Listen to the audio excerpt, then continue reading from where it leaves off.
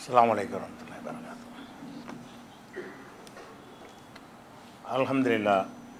அல்ஹம்துலில்லாஹி நஹ்மதுஹு வ நஸ்தஈனுஹு வ நஸ்தக்ஃபிருஹு வ நஊது பில்லாஹி மின் ஷுரூரி அன்ஃபுஸினா வ மின் ஸய்யிஆத்தி அமாலினா.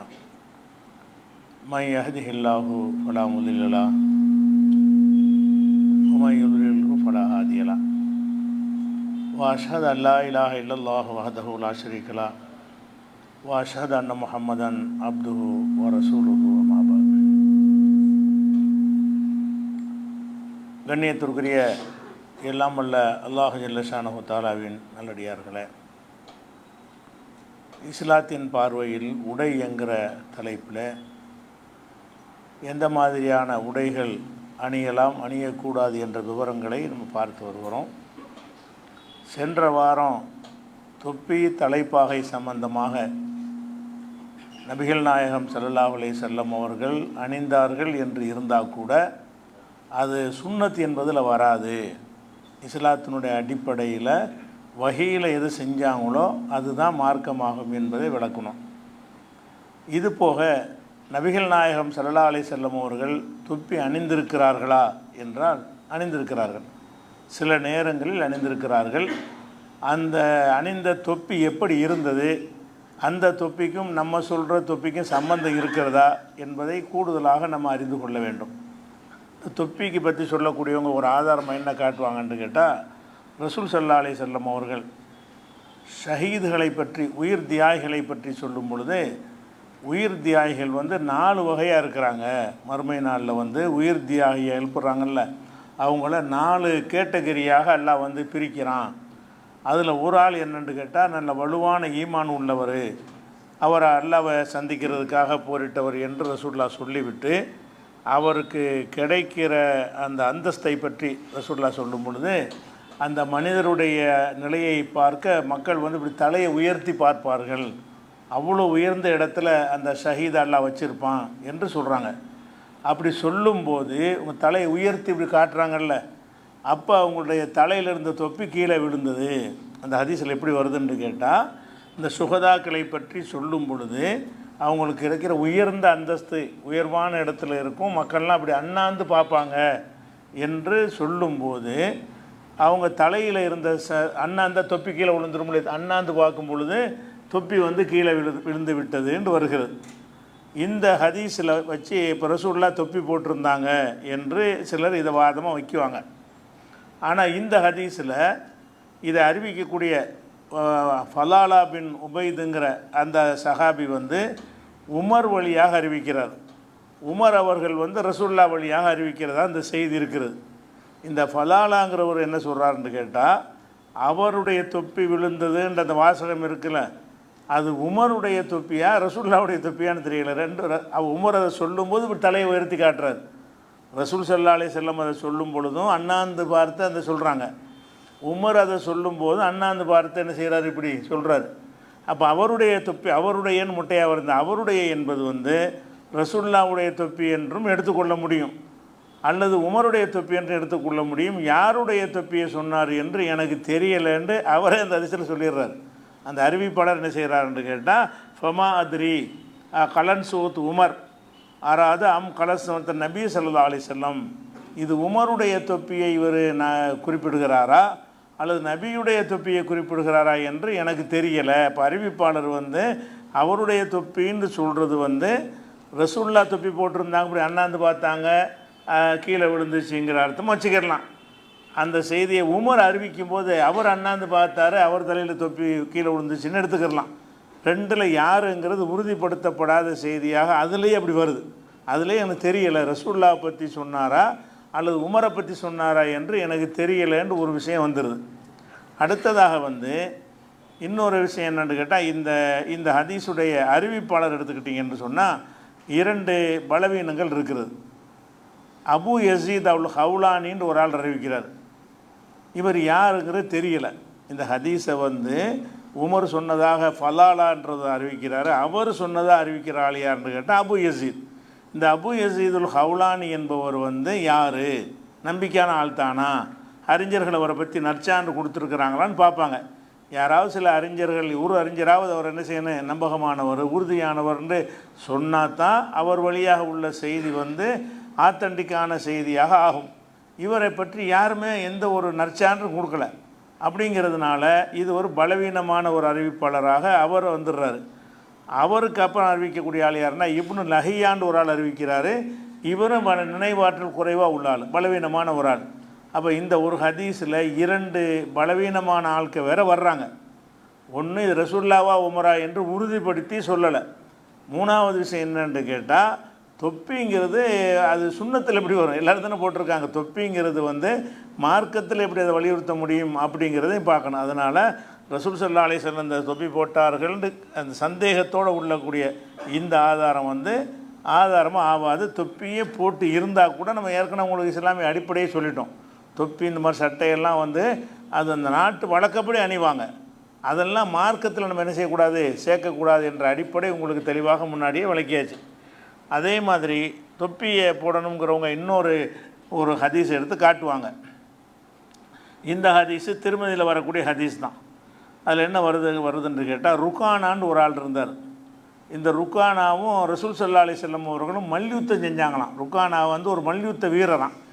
அவரோட ரசூலுல்லாஹ் என்ன செய்கிறாங்க, மல்யுத்தம் வந்து இந்த உடல் ரீதியாக கட்டிப்பிடி சண்டை போடுவாங்கள்ல, அந்த மாதிரி இப்போ மல்லு கட்டி யுத்தம் பண்ணுறது, அந்த மல்யுத்தம் பண்ணுற ஒரு ஆளாக இவர் இருந்தார். ரசூலுல்லாஹ்ட்ட மல்யுத்தம் செய்யும்போது ரசூலுல்லாஹ் அவரை வந்து பிரட்டிட்டாங்க, ஜெயிச்சுட்டு, அந்த ஹதீஸ் அப்படி வருது. மல்யுத்தத்தில் அவரை ரசூலுல்லாஹ் வீழ்த்தி விட்டார்கள் அப்படின்னு வரும் பொழுது அதை சொல்லிவிட்டு அந்த ருக்கானா அந்த ஹதீஸை அறிவிக்கிறார். அதை ருக்கானா என்பவர் அறிவிப்பதாக வருகிறது. அந்த ஹதீஸுக்கு முன்னாடி அவரை பற்றி ஒரு அறிமுகத்தையும் கொடுத்துட்றாங்க. அந்த ஹதீஸில் என்ன அறிமுகம் என்றால், இவர் ரசூலுல்லாஹ்வுடைய மல்யுத்தம் பண்ணவர், மல்யுத்தம் பண்ணுறதுல ரசூலுல்லாஹ் ஜெயிச்சிட்டாங்க அப்படிங்கிறதையும் சேர்த்து அதில் வருகிறது. அவர் என்ன சொல்கிறாருன்னா, ரசூல் ஸல்லல்லாஹு அலைஹி வஸல்லம் சொல்ல நான் கேட்டிருக்கிறேன் அப்படின்னு சொல்கிறாரு. இன்ன ஃபர்கமா பைனனா ஓ பைனல் முஷ்ரிக்கீன், நமக்கும் முஷ்ரிக்குகளுக்கு மத்தியில் உள்ள வித்தியாசம், முஷ்ரிக்குன்னா இணை கற்பிக்கக்கூடியவர்கள், முஸ்லீம் அல்லாதவர்கள், நமக்கும் முஸ்லீம் அல்லாத மக்களுக்கு மத்தியில் உள்ள வித்தியாசம் என்னவென்று சொன்னால், அல் அமாயிமு அல் கலானிசி, தொப்பியின் மீது வந்து தலப்பா கட்டுவது தான் வித்தியாசம். இதில் உள்ள வாசகம் எப்படின்னு கேட்டால், தொப்பின்னு வரல, தொப்பியின் மீது தலப்பாக கட்டி கொள்வது தான் நமக்கு அவங்களுக்குள்ள வித்தியாசம்னு இந்த ஹதீஸ் வருகிறது. இந்த ஹதீஸை எடுத்து வச்சு என்ன செய்கிறாங்க, தொப்பி போடலாங்கிறாங்க. இது வந்து அவங்க சொல்ல கருத்தை தரல. அதாவது தொப்பி அவனும் போட்டிருக்கான், நம்மளும் போட்டிருக்கிறோம், வித்தியாசத்துக்கு தலப்பா கட்டணுன்னு வருது. இல்லை என்ன வருது, தொப்பியின் மீது தலப்பா கட்டுறது தான் நமக்கு அவனுக்குள்ள வித்தியாசம். அப்படின்னா என்ன அர்த்தம், தொப்பி அவனும் போடுறான் நம்மளும் போடுறோம், ஆனால் வித்தியாசம் எப்படி இருக்கணும்ட்டு அவனை மாதிரி இருக்கக்கூடாது என்பதற்காக வேண்டி நீங்கள் தொப்பி போட்டிங்கன்னா அதுக்கு மேலே தலப்பாவும் கட்டிக்கிறங்க அப்படிங்கிறதான் இது சொல்லுகிறது. தொப்பிக்கு ஆதாரமாக இதை அந்த அது சரியான செய்தி இல்லை, அது சரின்னு வைத்து கொண்டால் அப்போ தொப்பிக்கு இது ஆதாரமாக காட்டினீங்கன்னா தொப்பிக்கு எதிரான ஆதாரமாக இருக்குது. தொப்பி அவனும் போட்டிருக்கான்னு வருது. இதில் என்ன வருது, தொப்பி என்பது முஸ்லீம் மட்டும் போடலை, அவர்களும் போட்டிருந்தார்கள், முஸ்லீம் அல்லாதவர்களும் தொப்பி போட்டிருந்தார்கள். நம்ம வித்தியாசப்படுத்துவதற்காக வேண்டி தொப்பி மேலே தலப்பா கட்டிக்கிறேன்னு இதை ரசூலுல்லாஹ் சொன்னாங்க அப்படின்னு சொல்வார்களே. ஆனால் அவங்க மக்களுக்கு எதை சொல்லணும்னு கேட்டால், வெறும் தொப்பி போடக்கூடாதுன்னு சொல்லணும். தொப்பி மட்டும் யாரும் போடக்கூடாது, முஷ்ரிக்குடைய அடையாளம், தொப்பிக்கு மேலே ஒரு தலப்பாவை சுற்றிக்கிட்டு தான் நீங்கள் வரணும்னு யாராவது சொல்லியிருக்கிறாங்களா? இது தொப்பிக்கு ஆதாரம் காட்டுறாங்க. இது ஆதாரம் காட்டினா இது என்ன சொல்லுதோ அதைத்தான் ஆதாரமாக வாதமாக வைக்கணும். எதை ஆதாரமாக காட்டுகிறோமோ அந்த செய்தியில் என்ன வாதம் இருக்கிறதோ அந்த வாதத்தை தான் அவங்க எடுத்து வைக்கணும். அப்போ இது சரியான செய்தியை வைத்து கொண்டோம் என்று சொன்னால், தொப்பி என்பது முஸ்லீமும் போடுகிறார்கள், முஸ்லீம் அல்லாதவர்களும் போடுகிறார்கள், நீங்கள் வேறுபடுத்தி தொப்பிக்கு மேலே தலப்பா கட்டிக்கிறங்க, அப்போ வித்தியாசமாயிரும், அவன்லேருந்து வேறுபட்டுருவோன்னு வருகிறது. ஆனால் அந்த ஒரு வகையில் அவங்களுக்கு இது ஆதாரம் ஆகாது. அப்படி யாரும் சொல்கிறதும் இல்லை. தொப்பி வலியுறுத்தக்கூடிய யாருமே தலப்பாவோட தொப்பி கட்டு வெறும் தொப்பி போட்டு வராதுன்னு சொல்லுவாங்களா? இது சரி கண்டார்கள்னா, முஷ்ரிக்கு போடுற மாதிரி நீங்கள் போடக்கூடாது, முஷ்ரிக்கு தான் தொப்பி மட்டும் போடுவான், நீங்கள் முஸ்லீமாக இருந்தால் தொப்பி மேலே தலப்பா கட்டிட்டு வாங்கன்னு தானே இருக்குது.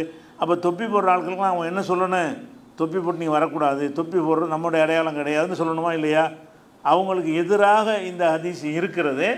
ஆனாலும் இதை வந்து தொப்பிக்கு ஒரு ஆதாரமாக என்ன செய்கிறாங்க, மக்கள் மத்தியில் வைக்கிறாங்க. ஒரு விஷயம். ரெண்டாவது என்ன செய்யணும்னு கேட்டால், இந்த ஹதீஸ் வந்து திருமதியில் இருக்கல, திருமதி என்ன செய்வார்னா ஹதீஸை அறிவித்தார்னு சொன்னால் அது கீழே நோட் எழுதுவார். எல்லா ஹதீஸு கீழே என்ன செய்வார், இந்த ஹதீஸுடைய தரங்கள் அதில் உள்ள விமர்சனங்கள் இருந்தால் சேர்த்து குறிப்பிட்டுருவார்.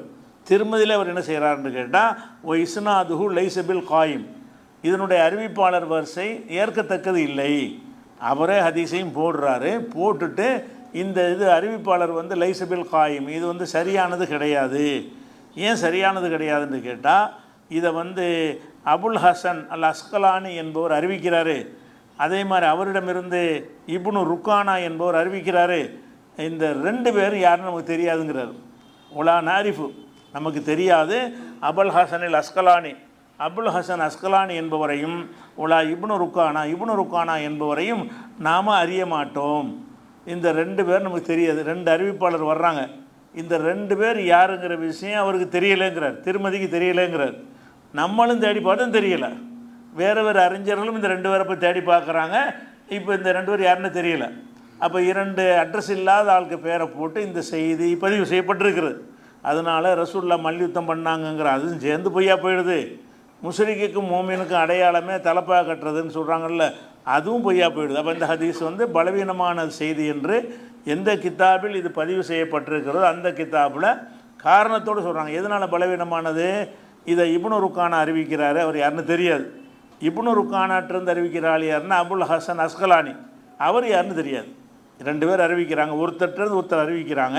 இந்த 2 பேருமே யார் என்று எனக்கு தெரியாது என்று திருமதியை சொல்லி இஸ்னாதுஹு லைசபில் காயும், இது வந்து ஒரு சரியான ஒரு அறிவிப்பு இல்லை அப்படின்னு சொல்கிற காரணத்தினால இது வந்து இதுவும் நிற்கல, தொப்பிக்கு இது ஆதாரமாக காட்ட இயலாது. அப்போ இந்த செய்தியே பொய்யான செய்தியாக போயிடுது. அடுத்ததாக என்னென்னு கேட்டால், இப்னுல் கையிம்னு ஒரு அறிஞர் இருந்தார். இப்னு தைமியாங்கிறனால அவருடைய மாணவர். இவர் நிறைய நூல்கள்லாம் எழுதியிருக்கிறார். இவர் என்ன செஞ்சிட்டாருன்னா, அவருடைய நூலில் வந்து இந்த தொப்பி இது சுன்னத்துன்னு சொல்லி எழுதி ஒரு சில ஆதாரங்களை சொல்கிறார். என்ன சொல்கிறாருன்னு கேட்டால், நபிகள் நாயகம் அவர்கள் தொப்பிக்கு மேலே தலப்பாக அணிவார்கள். சில நேரங்களில் தலப்பாக இல்லாமல் தொப்பி மட்டும், சில நேரங்கள் தலப்பாக இல்லாமல் தொப்பி மட்டும் அணிவார்கள். சில நேரங்களில் தொப்பி இல்லாமல் தலப்பாக அணிவார்கள் அப்படின்னு சொல்லி அவருடைய ஜாதுல் மஆத் என்கிற நூலில் அப்படி சொல்கிறார். ரசூல் ஸல்லல்லாஹு அலைஹி வஸல்லம் அவர்கள் தலப்பை மட்டும் போட்டிருக்கிறாங்க, தொப்பி மட்டும் போட்டிருக்கிறாங்க, தொப்பிக்கு மேலே தலப்பாகவும் போட்டிருக்கிறாங்க, 3க்கும் ஆதாரம் இருக்குது அப்படின்ட்டு அவர் என்ன செய்கிறாரு, அந்த ஜாதுல் மஆதில் எழுதுகிறார். இதை கொண்டாந்து ஆதாரம் காட்டுவாங்க. இவர் ஜாதுல் மஆதில் எழுதியிருக்காரே தவிர இவர் சொல்கிறது மாதிரியான எந்த ஒரு செய்தியும் ஹதீஸில் இல்லை. இவர் 700களில் வந்தவர். 700களில் வந்தவர் என்ன செய்கிறாருன்னா, ரசூலுல்லாஹ் தொப்பி மட்டும் போட்டிருந்தார்கள், ஆதாரம் இருக்குது. தலப்பை மட்டும் போட்டிருந்த ஆதாரம் இருக்குது. 2 சேர்ந்து போட்டிருக்காங்க, ஆதாரம் இருக்குது. எல்லாமே இருக்குதுன்னு சொல்கிறது இவருடைய வாதம் தானே தவிர, இந்த மாதிரி பலவீனமான தொப்பியும் தலப்பாண்டு வருதில்லை, இந்த மாதிரி பலவீனமான ஹதீஸை வச்சு தான் அவர் சொல்கிறார்.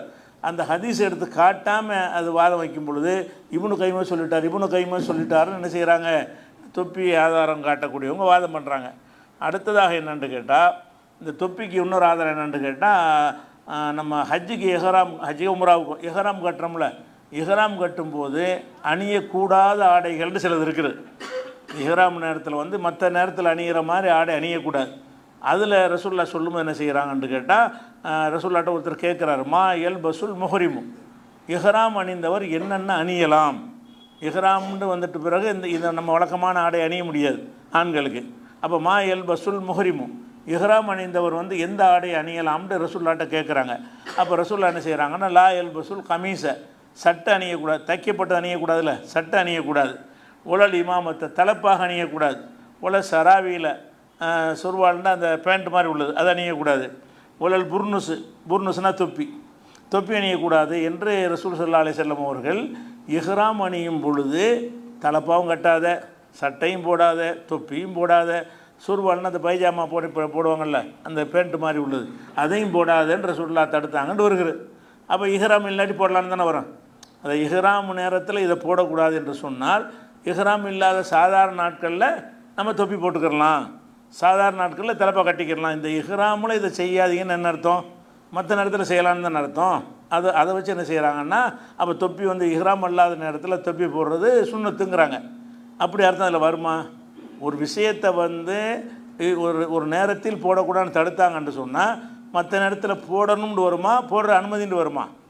இந்த நேரத்தில் செய்யக்கூடாதுன்னு சொன்னாங்கன்னா மற்ற நேரத்தில் செஞ்சு ஆகணும்னு அர்த்தம் வருமா? செஞ்சால் தப்பு இல்லைன்னு அர்த்தம் வருமா? எந்த ஒரு மொழியிலையுமே வந்து ஒன்றை செய்யலைன்னு சொன்னாங்கன்னு சொன்னால் அதை வந்து அந்த நேரத்தெல்லாம் வேறு நேரங்களில் செய்ய அனுமதின்னு தான் வரும். இதில் என்ன வருது? இஹ்ராம் நேரத்தில் தலப்பை அணியாதீங்க. இஹ்ராம் அல்லாத நேரத்தில் கண்டிப்பாக அணியன்னு அர்த்தம் வருமா? கண்டிப்பாக அணியன்ட்டு வந்தால் எல்லா சஹாபாக்களும் தலப்போடு இருந்திருப்பாங்க. ரசூலுல்லாஹ் எல்லா நேரத்துலையும் தலப்போடு இருந்திருப்பாங்க. தலை திறந்தவர்களாக இருந்த ஒரு ஆதாரங்களை நம்ம சென்ற வாரம் நிறைய எடுத்து காட்டியிருக்கிறோம். அப்போ தலப்பாய் அணிகிறது நம்ம ஹராம்டா சொல்கிறோம். தலப்பா ஒரு ஆடை அணிஞ்சிக்கலாம் நம்ம இப்போ சொல்கிறோம். இப்போ என்ன சொல்கிறோம்? தலப்பா விரும்புனா தலப்பா அணிஞ்சிக்கிறங்க. அதை சுண்ணத்துங்கிற கலரை கொடுக்காதுன்னு தான் சொல்கிறோம். அதனால் இஹ்ராம் நேரத்தில் தலப்பா அணியாதியே என்றால் அதுக்கு அர்த்தம் மற்ற நேரத்தில் அணியலாம், நம்ம அணியலான்னு தான் சொல்கிறோம். தலப்பா அணிகிறத தப்புன்னு நம்ம யாருமே என்ன செய்யலை, சொல்லவே இல்லை. அது சுண்ணத்து, அது ஒரு நன்மையான ஒரு காரியம், செஞ்சு தான் அவனை கடைப்பிடிக்கணும்னு சொல்லி அதை வலியுறுத்த இயலுமான்னா இயலாதுங்கிறோம். அதே மாதிரி சட்டை அணியாதுன்னு சட்டை அணியாதீர்கள்னால் மற்ற நேரத்தில் சட்டை அணி கட்டாயமாக ஒரு துண்டு கூட பார்த்துக்கிட்டு இருக்கலாம்ல. இப்போ சட்டை அணிவது அனுமதின்னு அர்த்தம். சட்டை எப்படி அனுமதியாக இருக்கிறதோ தொப்பிங்க அப்படி தான், தொப்பி அணிய வேண்டாம்னு வருது. அப்போ என்ன அர்த்தம்? மற்ற நேரத்தில் தொப்பி அணியலாம், தொப்பி அணியணும்னு வருமா? இந்த ஹதீஸை விளங்குறதா இருந்தால் இந்த மாதிரி உள்ள எந்த ஹதீஸை விளங்குறதா இருந்தாலும் இதிலிருந்து என்ன வாதத்தை விளங்க இயலுமோ அதை தான் விளங்கணும். இந்த நேரத்தில் இதை செய்ய வேண்டாம் அப்படின்னா என்ன அர்த்தம் வரும்டா? எந்த மொழியில் சொன்னாலும் மற்ற நேரத்தில் அதை நீங்கள் செய்யலாம், செய்து ஆகணும்னு அர்த்தம் வரவே வராது. அப்போ இந்த விஷயங்களில் நீங்கள் சட்டை அணிய வேண்டாம், தலப்பா அணிய வேண்டாம், பேண்ட் அணிய வேண்டாம், புர்னுஸ் தொப்பி அணிய வேண்டாம் புர்னுஸுங்கிற வார்த்தை அந்த இதில் வருகிறது. அந்த புர்னுஸ் அணிய வேண்டாம்னு வந்திருக்கு. இதை வச்சு என்ன செய்கிறாங்கன்ட்டு கேட்டால் தொப்பி அணிவது அவசியம் அப்படின்னு சொல்கிறாங்க. அவசியங்கிற அர்த்தம் வராது. இது புகாரில் 134வது ஹதீஸில் இருக்கிறது. இதை கொண்டாந்து தொப்பிக்கு ஆதாரம்னு காட்டுவாங்க. இதில் எதுக்கு ஆதாரம்? தொப்பி அணியலாம் என்பதற்கு ஆதாரம். தலப்பாக ஒருத்தன் தலப்பா அணிஞ்சிட்டு வந்தால் அவனை நீ குறை சொல்லக்கூடாது. தொப்பி போட்டு வந்தால் தொப்பிக்கு குறை சொல்லக்கூடாது, தொப்பி அணியலாம்னு இருக்குது. ஏன்னா அந்த இஹ்ராம் நேரத்தில் அணியாதுன்னு சொன்னால் மற்ற நேரத்தில் நீங்கள் விரும்பினால் அணிந்து கொள்ளலாம். அணிந்து கொள்பவரை நீங்கள் குறை சொல்லக்கூடாது என்று தான் வருமே தவிர அணிவதை கட்டாயம்னு சொல்வதை இதுக்கு இந்த ஹதீஸ் ஆதாரமாக வரவே வராது. இதை ஒரு ஆதாரமாக என்ன செய்கிறாங்க, காட்டுறாங்க. அதுபோக அந்த தொப்பிங்கிறதுக்கு நம்ம சொல்கிறோம்ல, அதுக்கு பயன்படுத்தின வார்த்தை என்னன்னு கேட்டால் புர்னுஸுங்கிற வார்த்தை. கலன்சுவத்துண்டா தொப்பி, துணியில் போடக்கூடிய தொப்பிக்கு சொல்லுவாங்க. இதில் வர்றது என்னென்னு கேட்டால் புர்னுஸுங்கிறாங்க. புர்னுஸ் நீங்கள் அணிய வேண்டாம்ங்கிறாங்க. புர்னுஸும் தொப்பி தான். புர்னுஸுங்கிற தொப்பி அது எதுக்கு சொல்லுவாங்க அப்படின்னு சொன்னால், இப்போ உமர் ரலியல்லாஹு அவர்கள் ஹலீஃபாவாக இருக்கும் பொழுது அவங்கள ஒருத்தன் கொள்கிறான். தொழுகை நடத்திக்கிட்டு இருக்கும்போது என்ன செய்கிறான், ஊடுருவி வெளியூர்லேருந்து அவனை தங்க வச்சுருந்தாங்க. அவன் முஸ்லீம் இல்லை. அவன் என்ன செஞ்சான், உள்ள நுழைஞ்சி தொழுகை நடத்திக்கிட்டு இருக்கும்போது விஷம் தேய்த்த கத்தியினால் என்ன செய்கிறான், அவன் பல இடங்களில் அவங்கள குத்தி தப்பிச்சு ஓடுறான். அப்புறம் மக்கள்லாம் பிடிச்சிருவாங்கன்னு நினச்ச உடனே அவனே தற்கொலை செஞ்சுக்கிறான். இது சம்பவம். அதை பற்றி சொல்லக்கூடிய ஹதீஸில் புகாரில் 3700 ஹதீஸில் என்ன வருதுன்னு கேட்டால், உமர் அவர்களை குத்திட்டவன் ஓடும்போது ஒரு ஆள் என்ன செய்கிறாருன்னா அவருடைய புர்னுஸை எடுத்து அவனை எறிகிறார். புர்னுஸுங்கிற வார்த்தை இங்கே வருது. புர்னுஸுண்டா தொப்பிங்கிறோம்ல, தொப்பியை விட்டு எரிஞ்சார். அவனை தாக்குறதுக்காக தொப்பியை விட்டு எரிஞ்சார்னா என்ன அர்த்தம்? நம்மளை போடுற தொப்பியை வச்சு அதுக்காக எரிய முடியுமா? அது யாரையும் தாக்குமா? அப்போ அது ஹெல்மெட்டு மாதிரி தலை கவசமாக போடக்கூடியதை தான் புர்னுஸும்பாங்க. புர்னுஸ் என்று சொன்னால் தலையை காப்பாற்றி கொள்வதற்காக வேண்டி கவசமாக போடுறோம்ல, ஹெல்மெட் போடுறோம்ல. ஹெல்மெட்டை தொப்பின்னு யாராவது சொல்லுவோமா? ஹெல்மெட்டுங்க தொப்பின்னு சொன்னாலும் அது தொப்பின்னு அது தொப்பியை குறிக்காது. அது பாதுகாப்பு அம்சம் இருந்தால் தான் அது ஹெல்மெட்டுன்னு சொல்லுவோம். அதே மாதிரி அந்த உமரை குத்திட்டவன் ஓடும் பொழுது ஒரு ஆள் தன்னுடைய புர்னுஸை விட்டு எரிஞ்சார், நம்மளை பிடிச்சிருவாங்கன்னு பயந்து அவன் தற்கொலை செஞ்சுக்கிட்டான். அந்த புகாரியில் 3700 பெரிய ஹதீஸு. இந்த பகுதி மட்டும் நீங்கள் பார்த்தா வழங்க, அதில் தொப்பின்னு தான் வரும். ஆனால் அதில் மூலத்தில் வர்றது புர்னுஸுங்கிற வார்த்தை. தொப்பின்னு தமிழாக்கம் பண்ணியிருப்பாங்க. தொப்பியை விட்டு எப்படி எரிஞ்சு ஒருத்தன் தாக்க முடியும்? ஒருத்தன் தப்பிச்சு ஓடுறவனை தாக்குறதா இருந்தால் என்ன செய்வோம், ஒரு ஃபோனை விட்டு எரிஞ்சு கூட தாக்க முடியும். தொப்பி ஒரு துணியை கொண்டே எரிஞ்சு தாக்க முடியுமா? அவர் தாக்கி இருக்கிறாருன்னா என்ன அர்த்தம்? அப்போ தொப்பிங்கிறது இவங்க சொல்லக்கூடிய தொப்பியும் இல்லை. அன்றைக்கி புர்னுஸ் அணிஞ்சிருக்கிறாங்க. அந்த புர்னுஸ் எல்லாம் வெயிலில் இருந்து இல்லை போர்க்களத்தில் இருந்து எதிரிகளிடமிருந்து தலையை காத்து கொள்வதற்கு அணியக்கூடிய ஒரு கவச உடை தான். கவசமாக இருக்கக்கூடியதுக்கு பேர் தான் புர்னுஸுங்கிறது. அது அந்த புகாரில் 3700 ஹதீஸில் இருந்து நம்ம என்ன செய்யலாம், விளங்கி கொள்ளலாம். அதே மாதிரி ரசூல் ஸல்லல்லாஹு அலைஹி வஸல்லம் அவர்கள் மக்காவுக்கு போகிறாங்க. மக்காவுக்கு மக்காவை ஜெயிக்கு போருக்காக போகிறாங்க. மற்ற நேரத்தில் ஹஜ்ஜுக்கு போயிருந்தாங்கன்னா அவங்க வந்து இஹ்ராமில் போயிருப்பாங்க. ஹஜ்ஜுக்கு போனால் என்ன செய்யணும், இஹ்ராம் ஹஜ்ஜு உம்ராவுக்கு போயிருந்தாங்கன்னா இஹ்ராமுக்கு போயிருப்பாங்க. இது அந்த பயணம் கிடையாது. மக்காவை ஜெயிக்கிறாங்கல்ல, போர் செஞ்சு போகிறாங்கல்ல, மக்காவுக்குள்ளே நுழையிறாங்கல்ல கைப்பற்றுறதுக்காக வேண்டி, அப்போ ரசூல் ஸல்லல்லாஹு அலைஹி வஸல்லம் மக்காவில் நுழையிறாங்க. நுழையும் போது எப்படி இருந்தாங்கன்னு கேட்டால், தஹல ஆமல் ஃபத்தஹி, இது புகாரில் 1846வது ஹதீஸில் இருக்கிறது. தஹல ஆமல் ஃபத்தஹி, மக்கா வெற்றியுடைய வருடத்தில் ரசூல் ஸல்லல்லாஹு அலைஹி வஸல்லம் அவர்கள் மக்காவில் நுழைந்தார்கள். வாலா ரஸிஹில் மிகுஃபர், அவங்க தலையில் மிகுஃபர் என்ற தொப்பி இருந்தது. மிகுஃபரும் தொப்பி தான், மிகுஃபர் என்ற தொப்பி இருந்தது அப்படின்னு சொல்லி ஒரு ஹதீஸ் புகாரில் இருக்குது.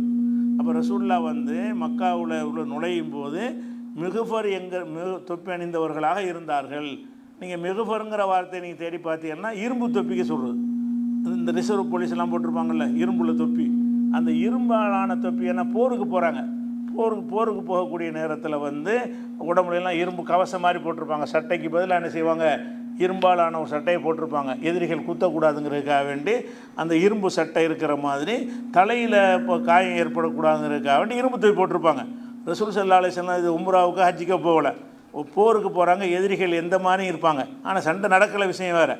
எதிரிகள் வந்து அவங்களா கதவை முடிக்கிட்டு வீட்டில் இருந்துக்கிட்டாங்க, எதிர்த்து சண்டைக்கு வரல, ரத்தம் சிந்தாமல் அந்த மக்கா வெற்றி கொள்கிறாங்க. ஆனால் அதை எதிர்பார்க்கல, இப்படி சண்டைக்கு வர வாய்ப்பு இருக்குல்ல, மக்காவுக்குள் நுழையிறோம்னு சொன்னால் அவன் என்ன செய்யலாம், அவன் தாக்குறதுக்கு முயற்சி பண்ணலாம்னு இருக்கும் பொழுது அதுக்குரிய செக்யூரிட்டியோடு சேஃப்டியோடு தான் உள்ளே போவாங்க. அப்போ ரசூல் ஸல்லல்லாஹு அலைஹி வஸல்லம் அவர்கள் மக்காவில் நுழையும் போது இரும்பு தப்பி போட்டவர்களாக நுழைந்தார்கள் அப்படின்னு வந்தால், நீங்கள் அதை வச்சு என்ன செய்யக்கூடாது, ரசூலுல்லாஹ் மக்காவுக்கு போகும்போது இப்படி போனார்கள், தொப்பியோடு போனார்கள் அப்படின்னு என்ன செய்கிறாங்க, இந்த தொப்பியுடைய ஆதரவாக இருக்கக்கூடியவங்க அதை சொல்கிறாங்க, சுன்னத்துன்னு சொல்லக்கூடியவங்க. அப்போ இது அப்படி சொல்லக்கூடியவர்களாக இருந்தால் இரும்பு தொப்பி போடுறதுன்னு சொல்லுங்கள் எல்லாருக்கு. ரசூலுல்லாஹ் போட்டிருந்த இரும்பு தொப்பி தானே, அனைவரும் இரும்பு தொப்பி போட்டுக்கொண்டு வர வேண்டும். ரசூலுல்லாஹ் இரும்பு தொப்பி போட்டார்கள். இரும்பாலான தொப்பியாக இருக்கும், இரும்பாலான தவிர இதுவரைக்கும் கவர் பண்ணியிருக்காது, இங்கே வரைக்கும் கூட இருக்காது, இங்கே வரைக்கும் இப்படி இழுத்து விட்டு அப்படியே ஃபுல்லாக மறைச்சிருக்கும். வெட்டினா கூட என்ன செய்யாது, ஒன்றும் பாதிக்காத அளவில் ஒரு தொப்பி மாதிரி செஞ்சு வச்சுருந்தாங்க. அப்போ ரசூல் ஸல்லல்லாஹு அலைஹி வஸல்லம் அவர்கள் மக்கா வெற்றியின் போது அணிந்த தொப்பிக்கு பேர் மிகுஃபர். மிகுஃபருங்கிறதுக்கு வந்து அர்த்தம் வந்து இரும்பு தொப்பி, கவசமாக பயன்படக்கூடிய, தலையை காப்பாற்றக்கூடிய இரும்பு தொப்பி என்ற அர்த்தம் அதில் வருகிறது. அப்போ இதை என்ன செய்யக்கூடாது, தொப்பிக்கு ஆதாரமாக காட்டக்கூடாது, இரும்பு தொப்பி தான் போட்டிருந்தாங்கன்னா. அது போக இரும்பு தொப்பி இல்லாமல் சாதா தொப்பியை போட்டாலும் அது ஆதாரமாக ஏற்கனவே சொல்லிட்டோம். என்ன கேட்டால் தொப்பியெல்லாம் வந்து ஒரு ட்ரெஸ்ஸில் உள்ளது, அவங்களும் போடுவாங்க, நம்மளும் போடுவோம். தொப்பி என்பது வந்து அந்த மக்களும் போடுவாங்க, நம்மளும் போடுவோம். அந்த மாதிரியான அடிப்படையில் தான் அதை எடுத்துக்கொள்ளணுமே தவிர, வஹியில் இருந்தால் மாத்திரம்தான் அது மார்க்கத்தில் சேரும். இது வஹி அடிப்படையில் உள்ளது இல்லைங்கிறது விளங்கிக்கிறன்னு இது ஒரு மேட்ராச்சு, இது ஒரு ஆதாரமாக காட்டுவாங்க. அதே மாதிரி வந்து தலப்பாக கட்டலாமா அப்படின்னு கேட்டால், ரசூல் ஸல்லல்லாஹு அலைஹி வஸல்லம் அவர்கள் தலப்பாக கட்டியிருக்கிறாங்க. சில சந்தர்ப்பங்களில் தொப்பி கூட இந்த மாதிரி இரும்பு தொப்பி மாதிரி தான் வருது, தலப்பாக கட்டியிருக்காங்கன்னா கட்டியிருக்கிறாங்க. பல சந்தர்ப்பங்கள் என்ன செய்யிருக்காங்க, ரசூல் ஸல்லல்லாஹு அலைஹி வஸல்லம் அவர்கள் தலைப்பாகை அணிந்தவர்களாக இருந்திருக்கிறார்கள் என்பதற்கு புகாரியில் 1264வது ஹதீஸில் ஆயிஷா நாயகி சொல்கிறாங்க. என்ன சொல்கிறாங்கன்னு கேட்டால், ரசூல் ஸல்லல்லாஹு அலைஹி வஸல்லம் அவர்கள் மரணித்த உடனே அவங்களுக்கு 3 ஆடையில் நாங்கள் கஃபன் போட்டோம். அடக்கும்போது ஆடை கஃபன் போடுவோம்ல, அந்த கஃபன் எத்தனை ஆடை போட்டோம்னா 3, கீழே ஒரு ஆடை மேலே ஒரு ஆடைன்னு மொத்தம் 3 ட்ரெஸ்ஸு போட்டு என்ன செஞ்சோம், நாங்கள் கஃபன் அணிவித்தோம் அப்படின்னு சொல்லும் பொழுது, அந்த கஃபனில் வந்து சட்டையும் இருக்கவில்லை, தலப்பாவும் இருக்கவில்லைங்கிறாங்க.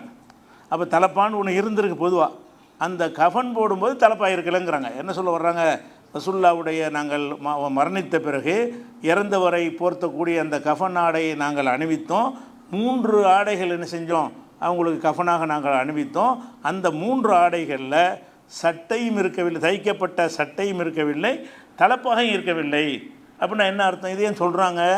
பொதுவாக அவங்கள்ட்ட தலப்பா இருந்திருக்கு, ரசூலுல்லாஹ்ட்ட இருக்குது, தலப்பா இருந்திருக்கு, அதையும் போட்டு தான் அடக்கம் பண்ணாங்கன்னு நினச்சிடக்கூடாதுங்கிறதுக்காக வேண்டி தலப்பாவும் கட்டலை.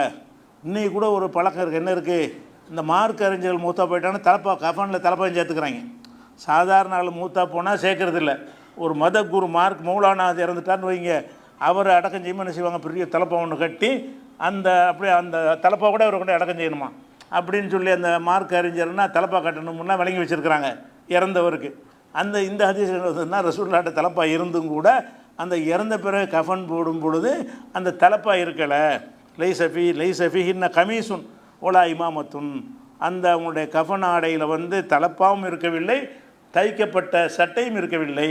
இது புகாரியில் 1264, 1272,